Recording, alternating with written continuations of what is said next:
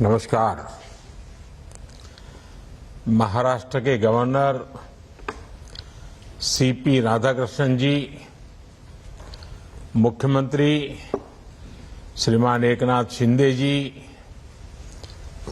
केंद्रीय मंत्रिमंडल के मेरे सहयोगी, महाराष्ट्र के उप मुख्यमंत्री श्री देवेंद्र फडणवीस जी, श्री अजित पवार जी, अन्य सभी वरिष्ठ महानुभाव और महाराष्ट्र के मेरे प्यारे भाइयों और बहनों,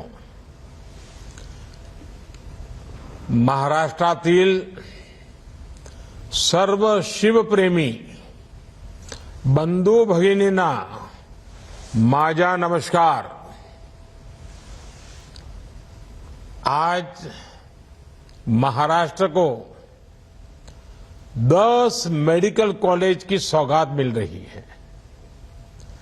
नागपुर एयरपोर्ट के आधुनिकीकरण और विस्तार का काम, शिरडी एयरपोर्ट के लिए एक टर्मिनल बिल्डिंग का निर्माण, आज इंफ्रास्ट्रक्चर से जुड़े इन 2 अहम प्रोजेक्ट्स का शिलान्यास भी हुआ है।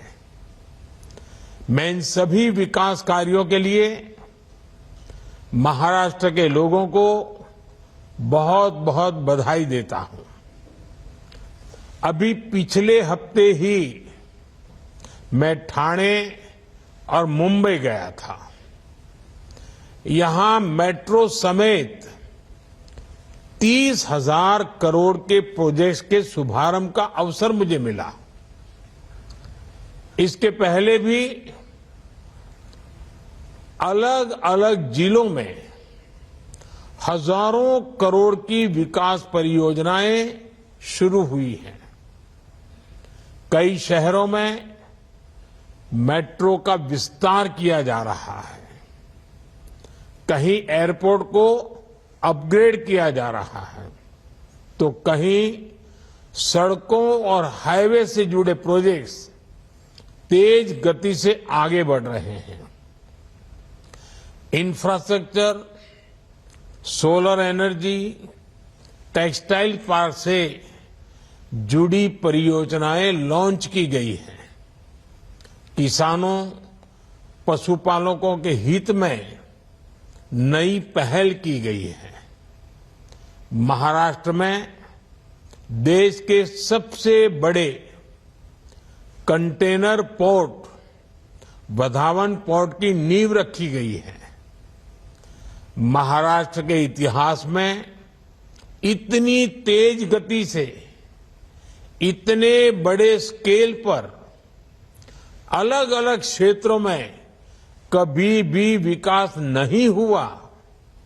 हां, यह बात अलग है कि कांग्रेस के राज में इतनी ही तेज गति से, इतने ही स्केल पर अलग अलग क्षेत्रों में भ्रष्टाचार जरूर होता था। भाइयों और बहनों, कुछ दिन पहले ही हमने मराठी भाषा को अभिजात भाषा का दर्जा दिया। जब एक भाषा को उसका गौरव मिलता है, तब सिर्फ शब्द नहीं बल्कि पूरी पीढ़ी को नए बोल मिलते हैं। करोड़ों मराठी मानुष का दशकों पुराना सपना पूरा हुआ। महाराष्ट्र के लोगों ने जगह जगह इसकी खुशी मनाई। आज महाराष्ट्र के गांव गांव से मुझे खुशी के संदेश भी भेज रहे हैं। महाराष्ट्र के लोग अपने संदेशों में मराठी को अभिजात भाषा का दर्जा देने के लिए मुझे ढेर सारे धन्यवाद दे रहे हैं। लेकिन मैं बताना चाहता हूं, ये काम मैंने नहीं, आप सबके आशीर्वाद ने किया है। महाराष्ट्र के विकास का हर प्रयास छत्रपति शिवाजी महाराज, बाबा साहब आंबेडकर, ज्योतिबा फुले, सावित्रीबाई फुले जैसी विभूतियों के आशीर्वाद से हो रहा है। साथियों, अभी कल ही हरियाणा और जम्मू कश्मीर के चुनाव परिणाम आए हैं। हरियाणा ने बता दिया है देश का मूड क्या है, मिजाज क्या है। 2 बार कार्यकाल पूरा करने के बाद लगातार तीसरी बार चुनकर आना ऐतिहासिक है। कांग्रेस का पूरा इकोसिस्टम, अर्बन नक्सल का पूरा गिरोह जनता को गुमराह करने में जुटा था, लेकिन कांग्रेस की सारी साजिशें ध्वस्त हो गई। उन्होंने दलितों के बीच झूठ फैलाने की कोशिश की, लेकिन दलित समाज ने इनके खतरनाक इरादों को भांप लिया। दलितों को एहसास हो गया कि कांग्रेस उनका आरक्षण छीनकर अपने वोट बैंक को बांटना चाहती है। आज हरियाणा के दलित वर्ग ने बीजेपी को रिकॉर्ड समर्थन दिया है। हरियाणा के ओबीसी बीजेपी के विकास कार्यों को देखकर उसके साथ है। कांग्रेस ने किसानों को भड़काया, लेकिन किसानों को पता है कि उसे फसलों पर एमएसपी किसने दी। हरियाणा के किसान बीजेपी की किसान कल्याण योजनाओं से खुश है। कांग्रेस ने युवाओं को टारगेट किया और अलग अलग तरीके से उन्हें भड़काने की कोशिश की, लेकिन हरियाणा के नौजवान, हमारी बहनें, बेटियां अपने उज्जवल भविष्य के लिए भाजपा पर ही भरोसा कर रहे हैं। कांग्रेस ने सारे हथकंडे अपनाए, लेकिन हरियाणा की जनता ने दिखा दिया वो अब कांग्रेस और अर्बन नक्सल के नफरती षड्यंत्रों का शिकार नहीं होने वाले। साथियों, कांग्रेस हमेशा बांटो और सत्ता पाओ के फॉर्मूले पर चली है। कांग्रेस ने बार बार ये सिद्ध किया है कि वो एक गैर जिम्मेदार दल बन गया है। वो अभी भी देश को बांटने के लिए नए नए नैरेटिव गढ़ रही है। कांग्रेस समाज को बांटने का फॉर्मूला लाती रहती है। कांग्रेस देश के मतदाताओं को गुमराह करने से बाज नहीं आ रही। कांग्रेस का फॉर्मूला साफ है कि मुसलमानों को डराते रहो, उनको भय दिखाओ, उनको वोट बैंक के कन्वर्ट करो और वोट बैंक को मजबूत करो। कांग्रेस के एक भी नेता ने आज तक कभी नहीं कहा कि हमारे मुस्लिम भाई बहनों में कितनी जातियां होती हैं। मुस्लिम जातियों की बात आते ही कांग्रेस के नेता पर मुंह पर ताला लगाकर बैठ जाते हैं, लेकिन जब भी हिंदू समाज की बात आती है तो कांग्रेस उनकी चर्चा जाति से ही शुरू करती है। कांग्रेस की नीति है हिंदुओं की एक जाति को दूसरी जाति से लड़ाओ। कांग्रेस जानती है कि जितना हिंदू बटेगा उतना ही उसका फायदा होगा। कांग्रेस किसी भी तरीके से हिंदू समाज में आग लगाए रखना चाहती हैं ताकि वो उस पर राजनीतिक रोटियां सेकती रहें। भारत में जहां भी चुनाव होते हैं वहां कांग्रेस यही फॉर्मूला लागू करती है। अपना वोट बैंक पक्का करने के लिए कांग्रेस समाज में जहर घोलने के हर हथकंडे अपना रही है।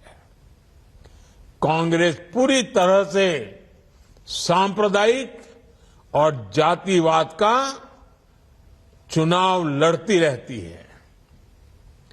हिंदू समाज को तोड़कर उसे अपनी जीत का फॉर्मूला बनाना, यही कांग्रेस की राजनीति का आधार है। कांग्रेस भारत के सर्वजन हिताय, सर्वजन सुखाय की भावना का दमन कर रही है, सनातन परंपरा का दमन कर रही है। जिस कांग्रेस ने इतने वर्षों तक देश पर राज किया, वो सत्ता में वापसी के लिए इतनी बेचैन है कि हर रोज नफरत की राजनीति कर रही है। कांग्रेस की पुरानी पीढ़ी के नेता भी बेबस हैं, असहाय है कि उनकी इस पार्टी की क्या स्थिति हो गई है। कांग्रेस की ये स्थिति होने वाली है। कांग्रेस नफरत फैलाने की सबसे बड़ी फैक्ट्री बनने वाली है। ये गांधी जी ने आजादी के बाद ही समझ लिया था। इसलिए ही गांधी जी ने कहा था कि कांग्रेस को खत्म कर देना चाहिए। कांग्रेस खुद खत्म नहीं हुई, लेकिन आज देश को खत्म करने पर तुली हुई है। इसलिए हमें सावधान रहना है, सतर्क रहना है। साथियों, मेरा पक्का विश्वास है, समाज को तोड़ने की आज जो कोशिश हो रही है, ऐसी हर साजिश को महाराष्ट्र के लोग नाकाम करके रहेंगे। महाराष्ट्र के लोगों को देश के विकास को सर्वोपरि रखते हुए एकजुट होकर बीजेपी महायुति के लिए वोट करना है।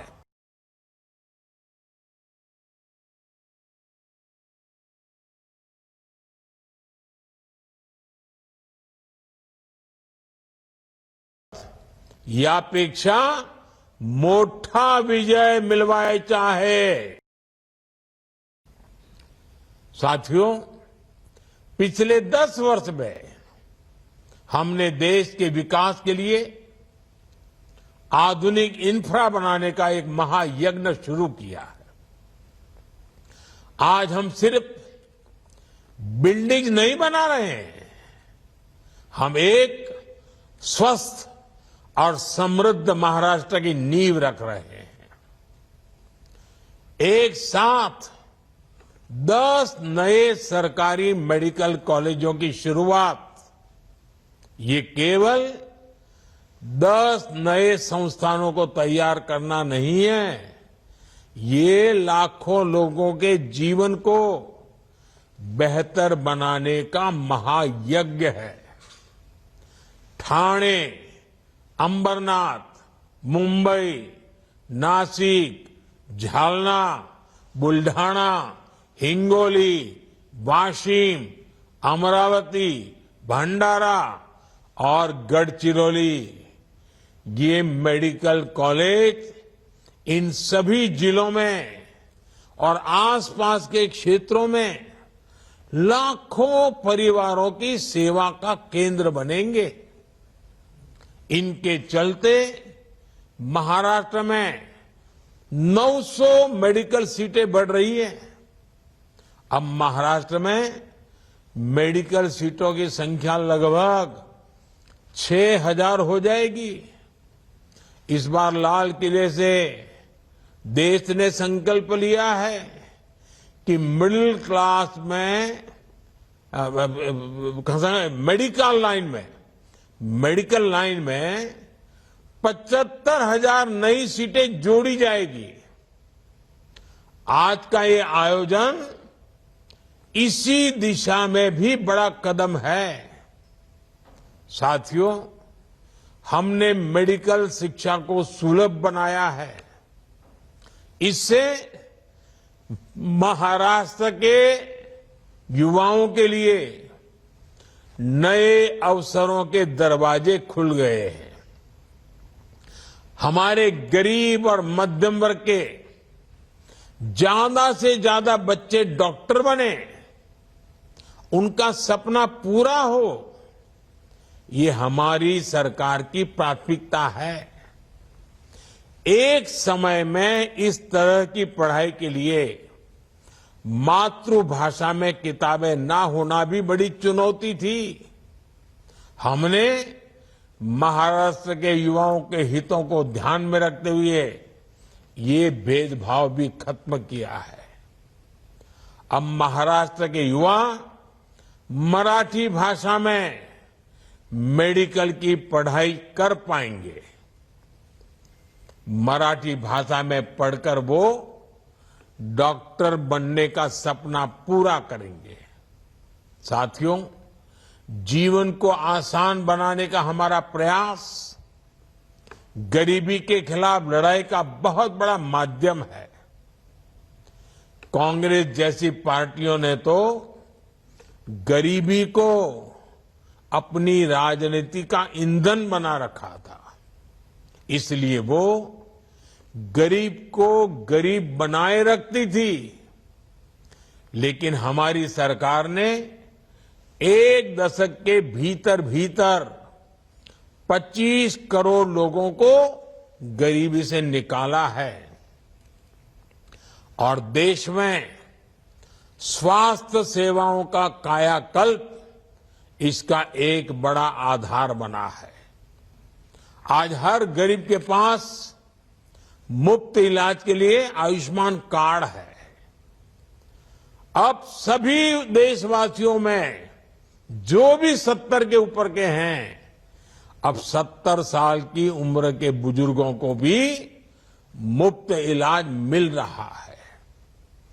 जन औषधि केंद्रों पर बेहद कम कीमत पर जरूरी दवाइयां मिल रही है।